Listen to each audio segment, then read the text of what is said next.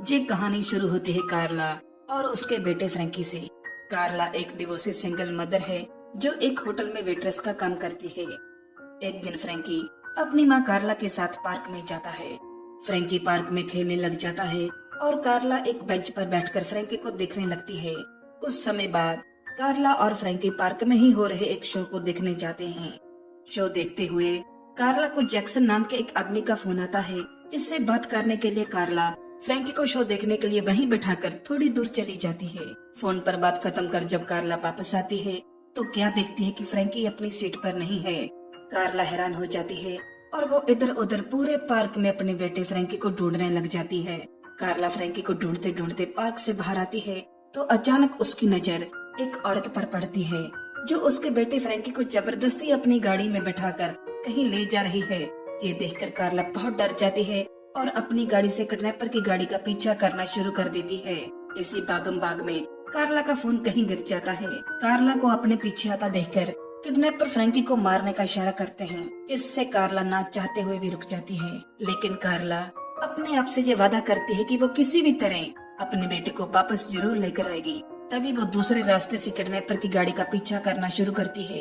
कार्ला kidnapper का पीछा कर ही रही होती है कि इतने में एक पुलिस वाला जो बाइक पर पीछे आ रहा था कार्ला को अपनी गाड़ी साइड पर लगाने को कहता है। कार्ला ड्राइव करते हुए ही पुलिस वाले को बताती है कि सामने जा रही गाड़ी में कोई उसके बेटे को किडनैप करके ले जा रहा है। तभी किडनैपर अपनी गाड़ी की स्पीड स्लो कर देता है और फिर पुलिस वाले की बाइक को पीछे से टक्कर मार देता है, जिस कारण किडनैपर और कार्ला की गाड़ी सड़क से नीचे उतर जाती है। किडनैपर अपनी गाड़ी को थोड़ी दूर ले जाकर रोक देता है और ये देखकर कार्ला भी रुक जाती है। डरी और सहमी हुई कार्ला अपनी गाड़ी से बाहर निकलकर किडनैपर की गाड़ी की ओर देखती है कि तभी उस गाड़ी में से एक आदमी बाहर निकलकर हाथ में चाकू लेकर कार्ला की तरफ भागता है, जिसे देखकर पहले तो कार्ला डर जाती है, लेकिन फिर हिम्मत करके वो किडनैपर से बात करती है।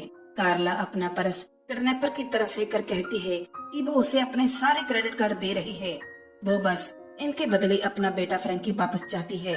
कार्ला भी बोल ही रही थी कि किडनैपर चाकू दिखाकर कार्ला के पर्स को उठाकर अपनी गाड़ी में जाकर बैठ जाता है। कार्ला रोने लगती है कि तभी किडनैपर की गाड़ी में से एक औरत बाहर निकलकर कार्ला की तरफ आती है। ये देखकर कार्ला डर जाती है और अपनी गाड़ी में बैठ जाती है। वो औरत कार्ला को कहती है कि तुम्हें 1 करोड़ रुपए मिले हैं जो किडनैपर को चाहिए।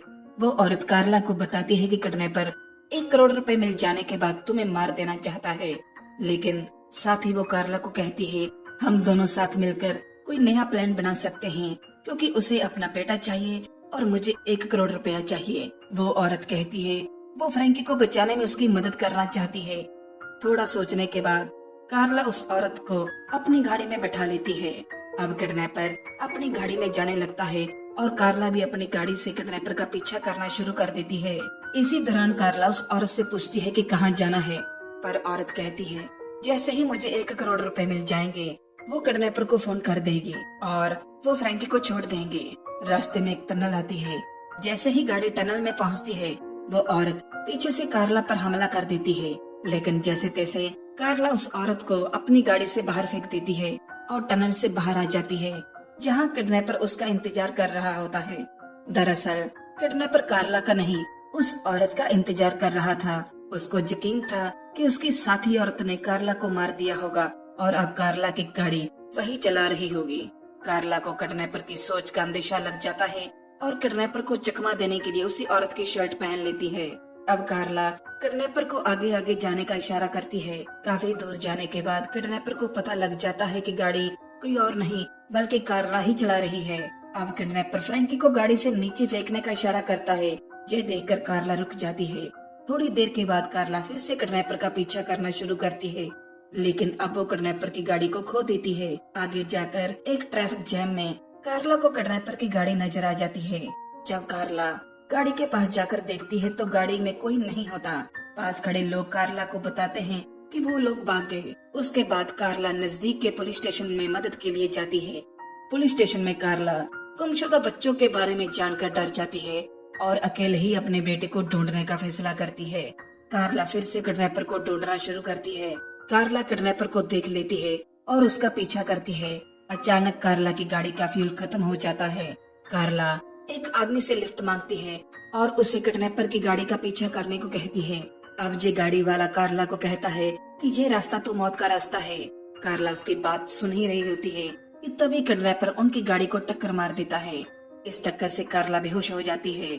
जब उसे होश आता है तो वो गाड़ी से बाहर निकलती है तो अचानक किडनैपर उस पर फायरिंग करनी शुरू कर देता है, लेकिन कार्ला किडनैपर से फाइट करके उसे मार देती है और उसकी गाड़ी से किडनैपर की आईडी और घर का एड्रेस पता कर लेती है। कार्ला को किडनैपर का घर ढूंढते ढूंढते रात हो जाती है। आखिर में कार्ला किडनैपर के घर पहुंच जाती है। यहाँ कार्ला उसी औरत को देखती है जो किडनैपर के साथ थी और जिसे कार्ला ने अपनी कार से बाहर फेंका था। असल में वो औरत किडनैपर की पत्नी होती है। कार्ला छिपकर उस औरत पर नजर रखती है, जिससे कार्ला को पता लगता है कि उन लोगों ने फ्रैंकी को कहाँ रखा है। कार्ला सही मौका देखकर अपने बेटे के पास उसे बचाने जाती है, जहाँ कार्ला देखती है कि किडनैपर ने 2 और बच्चियों को भी किडनैप कर रखा है। इतने में ही उस औरत को घर में कार्ला की मौजूदगी का पता चल जाता है। कार्ला बहुत बहादुरी से उस औरत से फाइट करती है और उस औरत को मार डालती है। अंत में कार्ला अपने बेटे फ्रैंकी के साथ साथ बाकी 2 बच्चियों को भी सही सलामत बचा लेती है। इस तरह कार्ला की हिम्मत के कारण बच्चों को किडनैप करने वाले गिरोह को पुलिस पकड़ लेती है। वीडियो देखने के लिए धन्यवाद। मिलते हैं अगली वीडियो में।